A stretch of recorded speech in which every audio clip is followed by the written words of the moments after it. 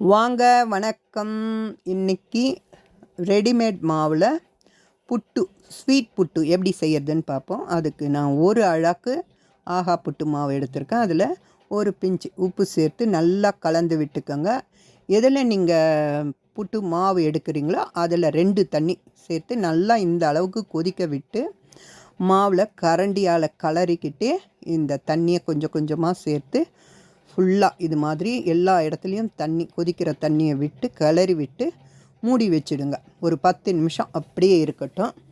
இப்போ ஒரு வானலில் 2 ஸ்பூன் ரீஃபைண்ட் ஆயில் சேர்த்துக்கிட்டு அதில் 1 ஸ்பூன் கடலைப்பருப்பு, 1 ஸ்பூன் பொடித்த முந்திரி பருப்பு, இது 2த்தையும் சேர்த்து நல்லா செவக்க வறுத்து இந்த மாவில் சேர்த்துக்கோங்க. 1 ஸ்பூன் ஏலக்காய் பொடி சேர்த்து நல்லா கிளறி விட்டுக்கோங்க. 2 ஸ்பூன் நெய் சேர்த்து நல்லா இந்த மாவு எல்லா இடத்துலையும் பரவி வரா மாதிரி நல்லா நெய்யும் ஏலக்காய் பொடியும் சேர்ந்து வரா மாதிரி நல்லா கலரி கொடுத்துக்கோங்க.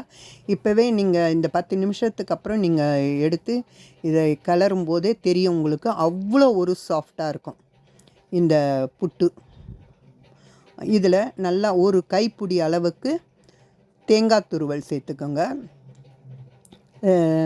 சுகர் நல்லா ஆறுனதுக்கப்புறம் சேர்த்துக்கோங்க.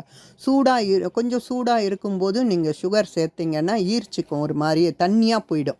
அதனால் நல்லா ஆறுனதுக்கப்புறம் தேங்காய் துருவல் சேர்த்துக்கோங்க. சேர்த்து நல்லா கிளறி விட்டு நல்லா ஆறுனதுக்கப்புறம் உங்களுக்கு எந்த அளவுக்கு ஸ்வீட் பிடிக்குமோ அந்த அளவுக்கு நீங்கள் சுகர் சேர்த்துக்கோங்க. இப்போ இதில் நாட்டு சர்க்கரை பிடிக்குன்றவங்க நாட்டு சர்க்கரையும் சேர்த்துக்கலாம். அதுலேயும் கொஞ்சமாக நான் எடுத்து வச்சுட்டு அதில் தேங்காய் துருவல் கொஞ்சம் சேர்த்துட்டு நாட்டு சர்க்கரையும் சேர்த்து செய்திருக்கேன். அதுவும் சூப்பராக இருக்கும். இப்போ நம்ம பச்சரிசி மாவில் இடித்து அதில் செய்கிறோமே அந்த புட்டும் சூப்பராக இருக்கும். இது ரொம்ப ரொம்ப ஈஸியாக செய்திடலாம். செய்து பார்த்து எப்படி வந்ததுன்னு கமெண்ட்டில் சொல்லுங்கள். சப்ஸ்கிரைப் பண்ணுங்கள், லைக் பண்ணுங்கள், ஷேர் பண்ணுங்கள். தேங்க்யூ.